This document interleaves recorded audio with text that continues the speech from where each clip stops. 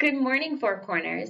Today, we're going to talk about something that has been a little bit of an issue in our house. I really appreciate you two helping me today. I know you helped me with a lot of videos, but this is one that I think is really important for us to talk about in our house and to share with the congregation. And I hope that it really makes you think. So Solomon was a really wise man, and he wrote these words. In Proverbs chapter 15, verse 4, it says, "Kind words bring life, but cruel words will crush your spirit." What do you think that means? I think it means if you use kind words, it'll make you and other people feel good, and if you use bad words, then you won't be happy, and friends will not forgive you. Not necessarily not forgive you, but they won't be happy with you. Yeah. Right. Kind words bring good things, and bad words bring bad things. Bad things, pretty much. And it can say, when it says crush your spirit, that means it really can it can hurt. Right. Our words can be very powerful. So we need to be really cautious with what we're saying and mindful of the words that we use. In our house, we also have to be careful with the tone that we're using, right? Have we had an issue with that sometimes? It's not always what we're saying, it's how we're saying things. So I want you to do something for me. Are you ready? Okay. I want you to empty this tube of toothpaste onto the plate. Okay. I do it. Okay. You want to open it? It's a new one. This is hard. No. What? I can't open it. Okay. All right. Empty it out on that. Use all your strength. Are these bad words or good words? What even is this? You'll see. Supposed to be. You'll see. Well, empty it all out. Use all your strength. I'm trying.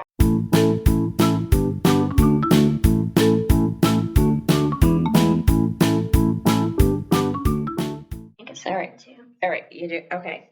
Now I want you to put it back in.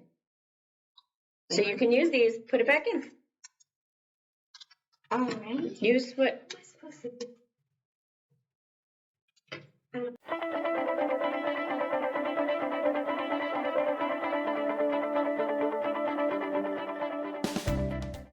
This is so hard. Right. So our words are like this toothpaste. Once it comes out of our mouths, you can't put it back.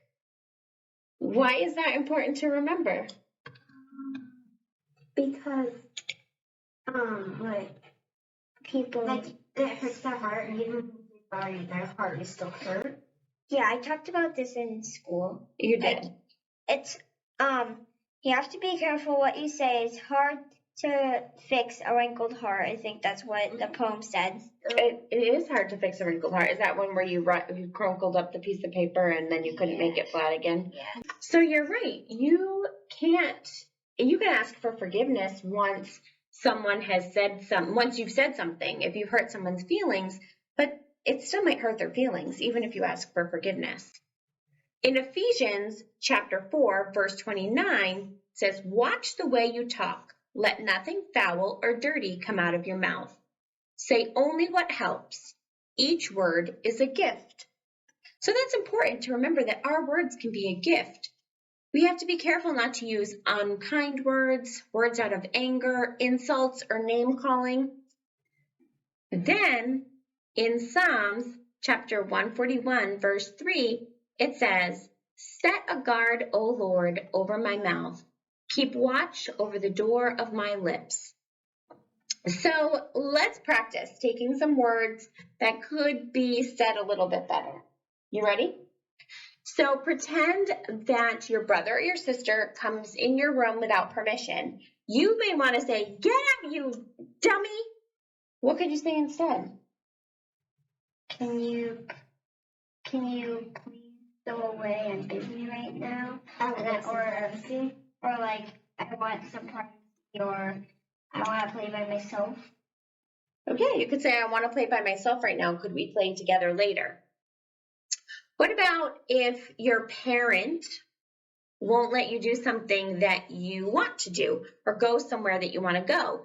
You might say, I don't care what you say. I hate you. Oh, and that's hurtful. Those words will sting, right? What could you say? Oh, yeah. That would sting. That would hurt my heart. Maybe. But what could you say instead?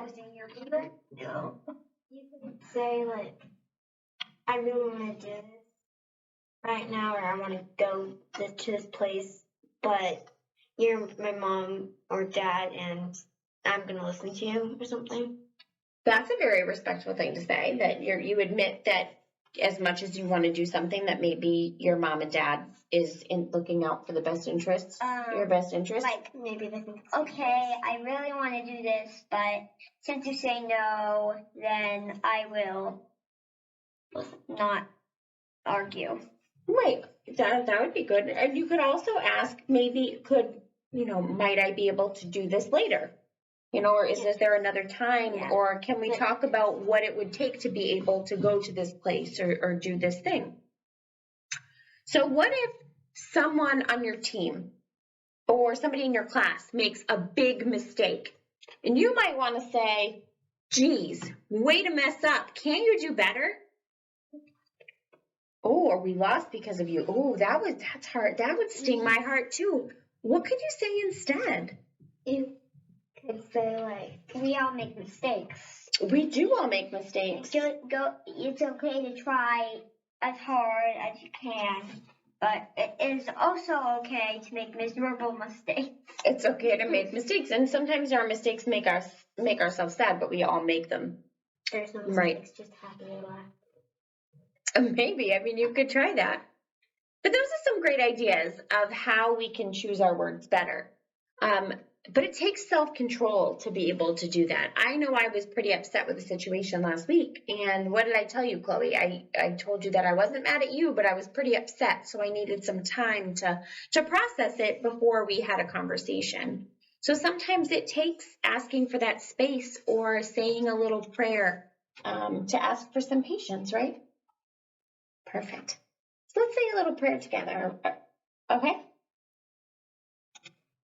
Holy God, sometimes my tongue gets ahead of my mind and my heart, which means that I say things that I don't mean, or I don't say things in a kind way. Forgive me for the times I say things that may be unkind or untrue. Help us to have the strength to ask forgiveness from others when we have said things we shouldn't have said. And help us to forgive others if they have said unkind things to us. We want our words to be full of your spirit so we can help to inspire love, joy, peace, patience, and kindness in others. Amen.